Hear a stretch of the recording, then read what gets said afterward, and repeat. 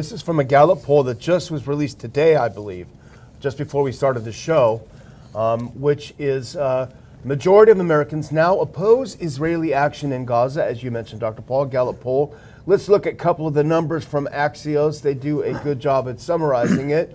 Driving the news, 55% of Americans disapprove of Israel's military response in Gaza. Now, this is incredible. A 10 percentage point increase since November. 10% increase in the amount of people who disapprove. About 1 in 3 of Americans, that's 36%, approve of Israel's military actions in Gaza, according to a new poll. 36%, only a little over 1 in 3 Americans approve. That's down from the aftermath of the Hamas October 7th attack, when a November poll found that half of Americans approve. So that's a big shift downward.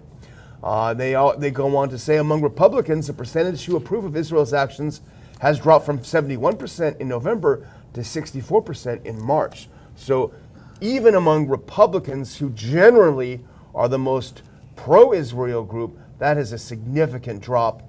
But the dip is even sharper, writes Axios, among Democrats. Fewer than 1 in 5, that is 18%, say they approve of Israel's actions. That's down from 36% in November. So the approval among Democrats has dropped in half. And among people who identify as independents, the approval rating has dropped from 47 to 29 in that span. So dramatic numbers, Dr. Paul, out of America on this, what's happening in Gaza right now. And they are going, I would say, not necessarily against Israel, more probably importantly, and I'll have some info later, against Joe Biden. It's one thing, we know about the mainstream media, and they wanted to, and they have over the years painted a certain way that the people were only allowed to see the things that they want them to see. But evidently they saw some of the bombing and the retaliation by Israel against the Palestinians, and that's what's probably motivated these changes in attitude. I highlighted this part. Biden's approval rating for his handling of the situation in the Middle East at 27% is his lowest among 5 issues tested in the survey.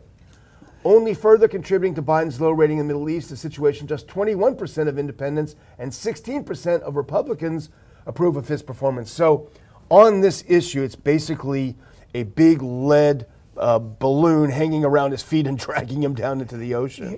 Campaigns, they use polling for propaganda, but they also use polling in their internal, and they try to keep them quiet because they're looking for the truth. Yeah. And they go through there and find out what the people are thinking. That figure there, the 27%, it looks like somebody got the truth leaked out, because they won't have to pay to find out what the people are really thinking, because it's a big issue, and it involves the whole presidential election and all the nonsense that's going on. And I think that's something we haven't talked about this week, and I think that reflects on I would say, surprise move.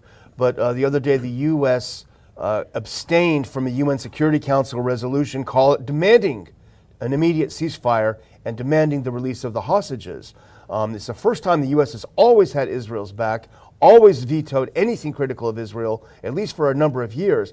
This is the first time they abstained, which allowed it to pass, allowed this resolution to pass. And then, of course, they all backtracked. No, it's just a suggestion. It was just UN Security Council resolutions, when they are adopted, they are considered. Now, we don't consider it because we're not big fans of the UN, but they're considered legally binding under international law. So the U.S. must have known that when they saw this happen. I think it shows a little bit desperation. Well, did that affect the Israelis coming to Washington for a meeting? Bibi's not coming. I wonder if that canceled Netanyahu's speech. It did. I think it did. Yeah. He got oh, what a shame.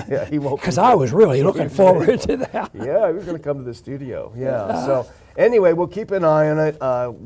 We laugh and joke, but hopefully this will help the momentum to stop the bloodshed there. Right.